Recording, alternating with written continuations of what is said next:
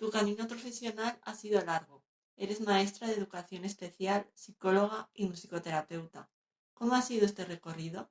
¿Cómo se fusionan y complementan estos saberes?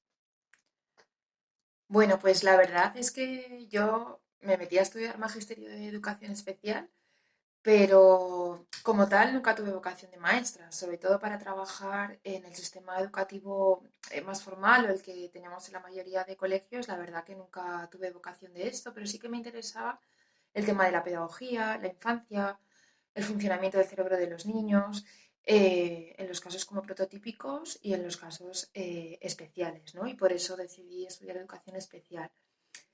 Una vez que terminé la carrera, como no me veía, pues eso, en el ámbito de los colegios, lo que decidí fue comenzar el máster de musicoterapia, porque a raíz de haber estudiado música en el conservatorio y estudiar educación especial, sentí que quizás estos dos saberes podían tener como una especie de confluencia en algo que no tenía que ver con la educación formal y que podía ser la música una forma de acercarme a los niños de manera distinta, ¿no? Sin saber, yo creo todavía mucho en qué consistía la musicoterapia o qué tipo de utilidades podía tener en este sector.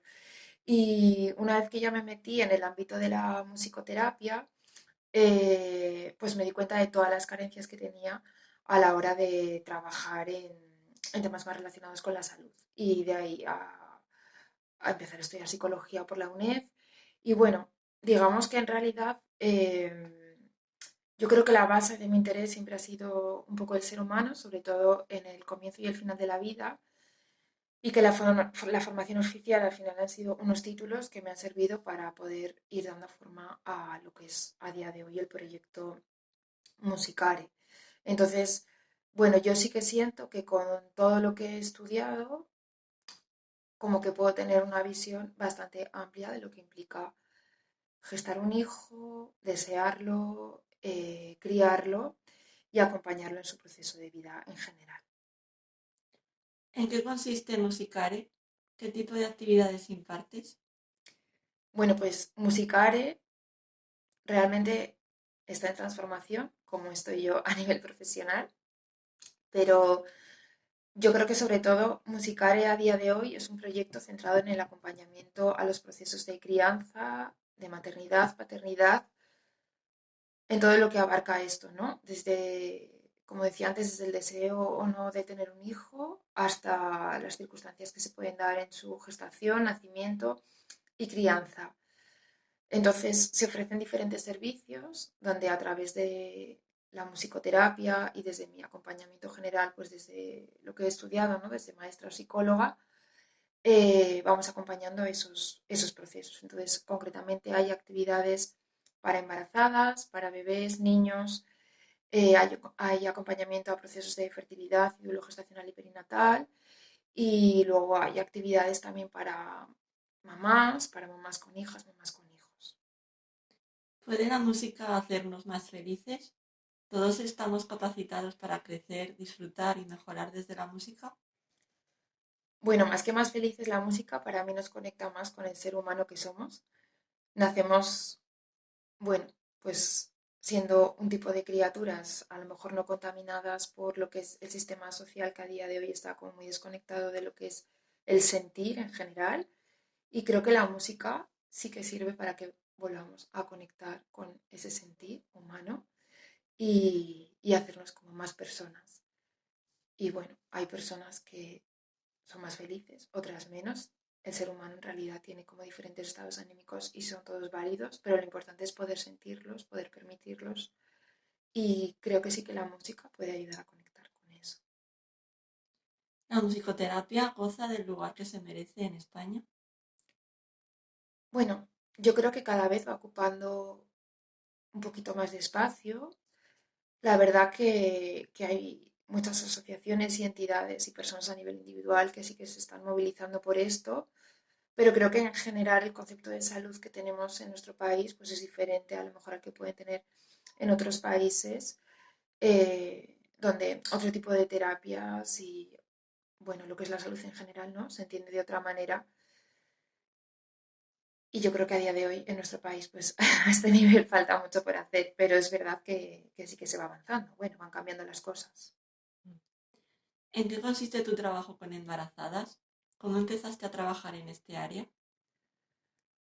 Pues un poco respondiendo primero a lo segundo, la verdad es que yo desde muy jovencita siempre he tenido interés por el tema de la gestación y el nacimiento. Nunca he tenido a lo mejor ganas de ser matrona o ginecóloga, sino que mi interés ha sido como más a nivel humano, a nivel psicológico, ¿no? Como qué impacto tiene el nacimiento en el resto de nuestra vida, qué es lo que pasa en la vida intrauterina y, y cómo el nacer, ¿no? Puede ser algo diferente a lo que nos han contado.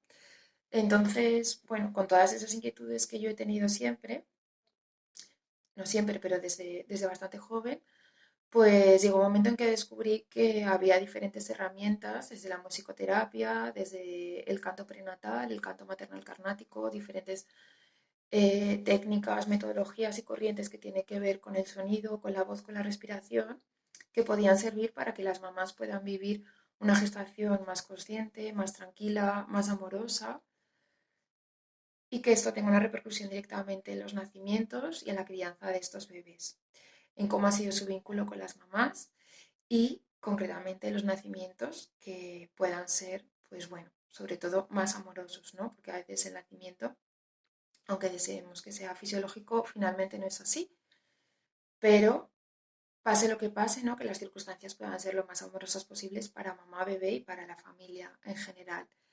Y mi trabajo con embarazadas es una mezcla, pues como decía, de diferentes corrientes, estudios que he ido descubriendo bueno, pues eso, estudiando y aprendiendo a lo largo de estos años y enfocado a este objetivo, ¿no? De un nacimiento más amoroso para todos.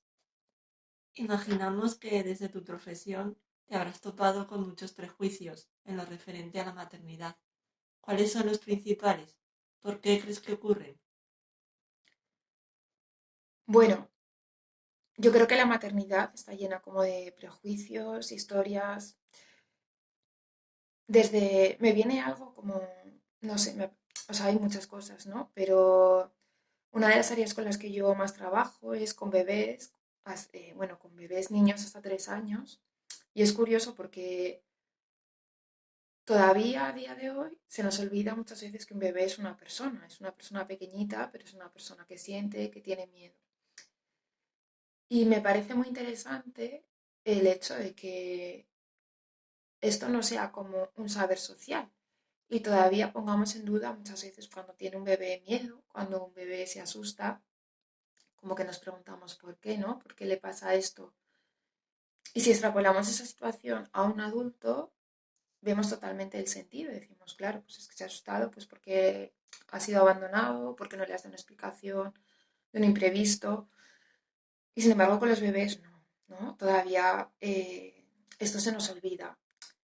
Y bueno, pues creo que queda muchísimo trabajo por hacer a la hora de entender el comportamiento humano en general y sobre todo de entender la repercusión que tiene los primeros años de vida en el comportamiento de la persona adulta.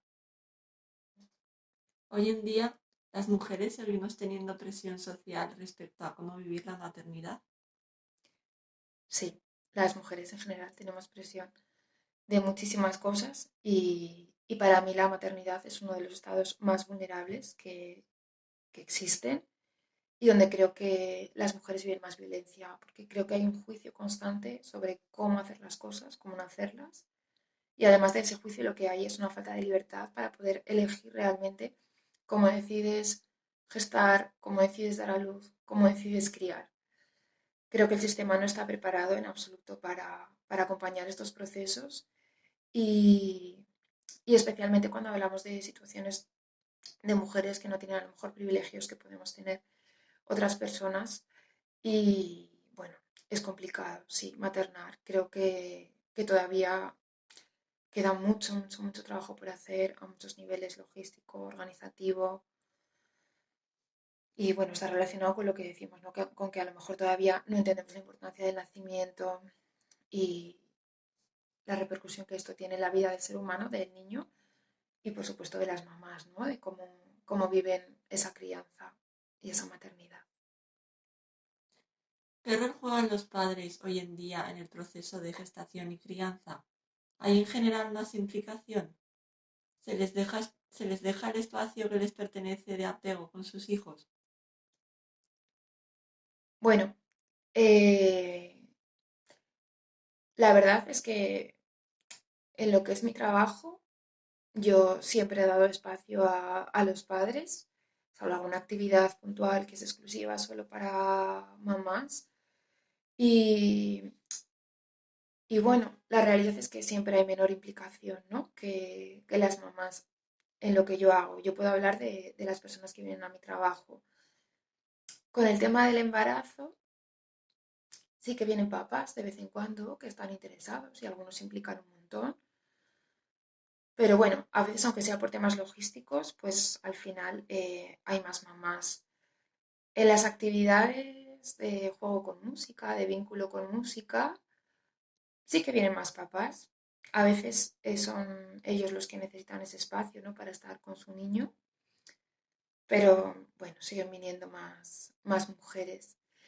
Y bueno, por ejemplo, acompañando procesos de duelo, ha habido de todo, ¿no? Me he encontrado diferentes situaciones, pero sí que es cierto que he tenido un número abundante de papás que, por ejemplo, estos procesos los han querido vivir acompañados y de alguna forma han querido vivir su rol de padre de esta manera activa, ¿no? Aunque fuera en duelo.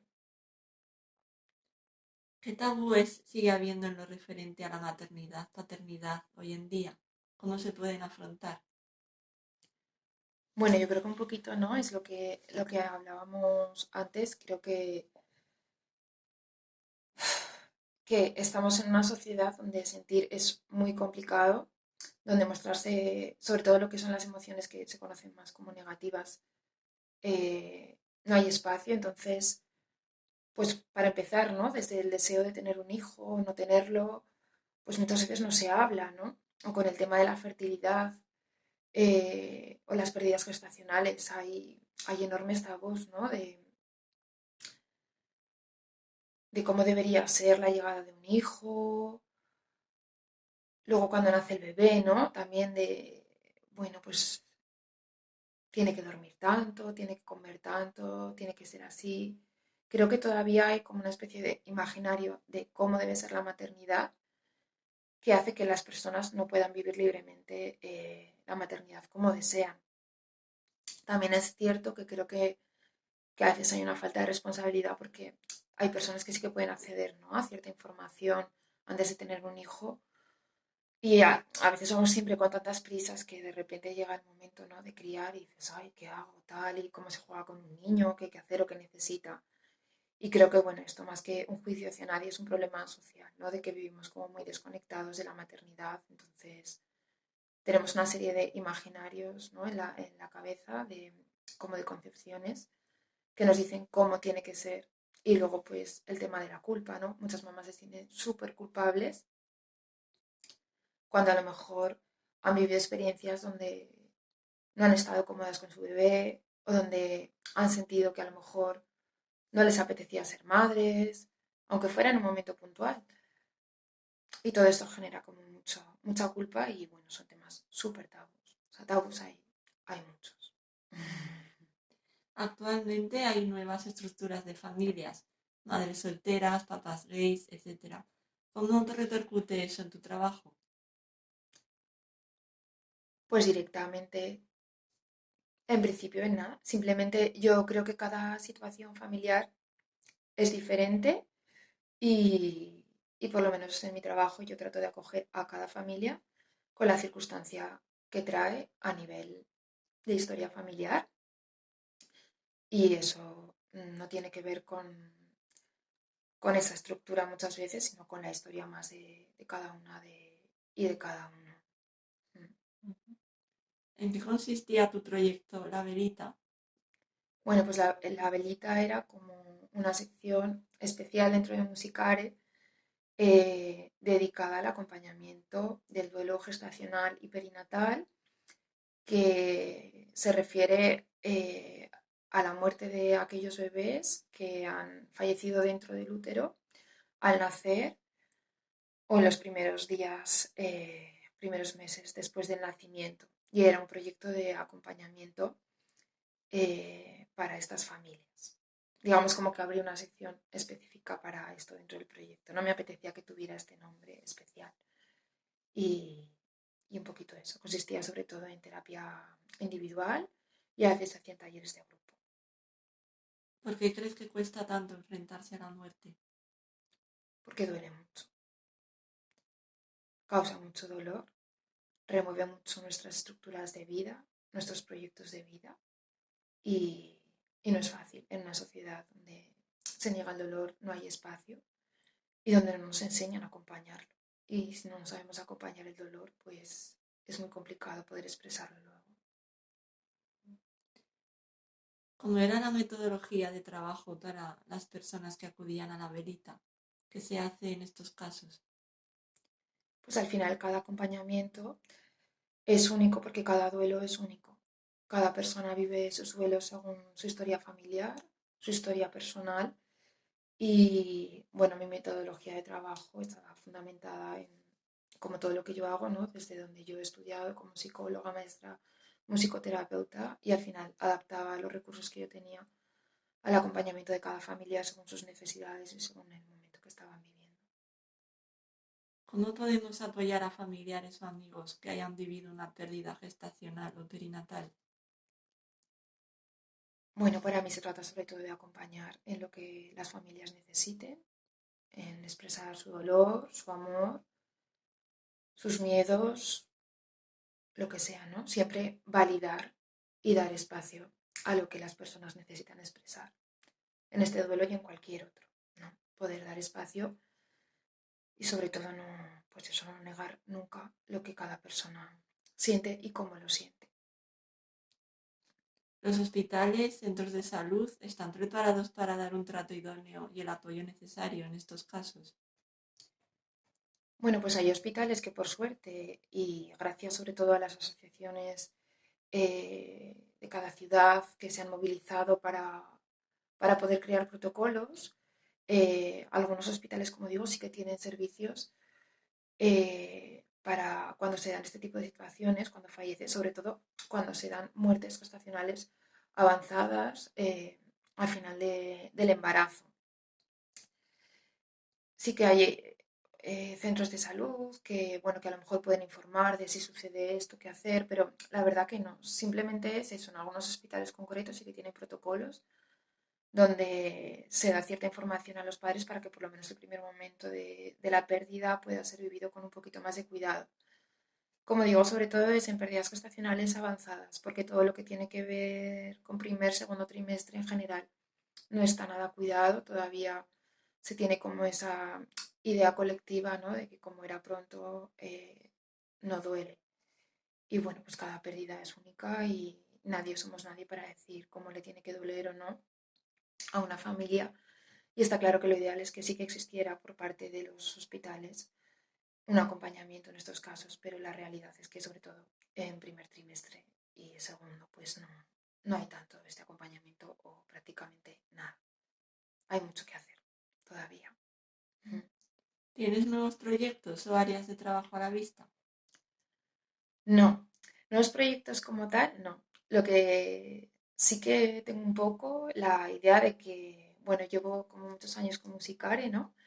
Y me apetece como un poquito centrarme yo y decir, bueno, voy a ver cómo focalizo el trabajo, eh, qué forma le doy, como que se ve desde fuera. Tengo mucho ahora en la cabeza el tema de las redes sociales, que soy un auténtico desastre. Y, y sí que estoy como un poquito centrada ahora en intentar que se conozca más en profundidad mi trabajo, porque creo que a veces lo que se ve desde fuera, pues es algún cartel, cosas que pongo de publicidad, pero no hay como una profundidad a veces en lo que quiero transmitir. Así que eso es un poco lo que tengo como más pendiente, ¿no? Que se pueda conocer más qué es Musicare, quién soy yo y desde dónde y cómo estoy trabajando y en qué áreas me muevo. Para terminar, te invitamos a que nos dejes una reflexión sobre tu punto de vista sobre la maternidad y el concepto de familia. Bueno, sobre el concepto de familia, eh, pues qué decir, que creo que cada familia es como un pequeño mundo, es, es como una especie de encuentro, ¿no? Yo lo siento así, como una especie de fórmula mágica en la que se han dado como unos ingredientes donde se han juntado ciertas personas con diferentes sensibilidades, caracteres y bueno, en un momento dado de la vida coincide y de ahí surge algo diferente a cada una de ellas, que es un todo y que es la familia.